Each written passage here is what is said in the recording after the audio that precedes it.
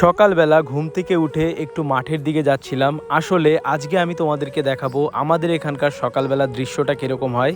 আমি যাচ্ছিলাম একটি মন্দিরে, তোমাদেরকে দেখাচ্ছি। এই যে দেখো, একটি শিবলিঙ্গ রয়েছে এবং একটি বটগাছ রয়েছে। জায়গাটা কীরকম তোমরা কমেন্টের মাধ্যমে জানিও। বাড়ি ফিরে মা দেখলাম চা বানিয়েছে, আমাকে একটু মুড়ি দিয়েছিল এবং চা দিয়েছিল, তো সেটা খেলাম। খাওয়ার পরে বাবা বাজার থেকে মাছ এনেছে, তো মাছগুলো কেটে ভালো করে ধুয়ে নেওয়া হচ্ছিল। আচ্ছা, এই মাছটার নাম কি তোমরা কমেন্টের মাধ্যমে জানিও। মাছ ধোয়া সম্পূর্ণ হলে পরিমাণ মতন লবণ এবং হলুদ দিয়ে মাছগুলোকে ভালো করে মাখিয়ে নেওয়া হচ্ছিল।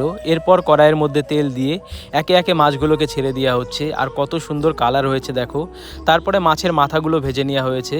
তো মাছ ভাজা সম্পূর্ণ হলে তেজপাতা এবং একটু জিরে দিয়ে কেটে রাখা যে সবজিগুলো ছিল সেগুলো দিয়ে দেওয়া হয়েছে। তোমরা অনেকেই আমাকে কমেন্ট করছো, দাদা তোমার ভিডিওগুলো খুব সুন্দর হচ্ছে। তোমাদেরকে অসংখ্য ধন্যবাদ ভিডিওগুলো দেখার জন্যে। পরবর্তী ভিডিওতে আমি তোমাদের নাম নিয়ে বলবো কে কে আমাকে কমেন্ট করেছে। তোমাদের সাথে কথা বলতে বলতে আমাদের মাছের ঝোল কিন্তু রান্না সম্পূর্ণ হয়েছে। তারপরে মা একটু মশলা বাটছিল, সর্বশেষে মশলাটা দিল। আজকে একটু অন্যরকমভাবে রান্নাটা হয়েছে। তোমরা কমেন্টের মাধ্যমে জানিও তোমাদের কীরকম লেগেছে। আর ভিডিওটা যদি ভালো লাগে একটা লাইক করো। দেখা হচ্ছে।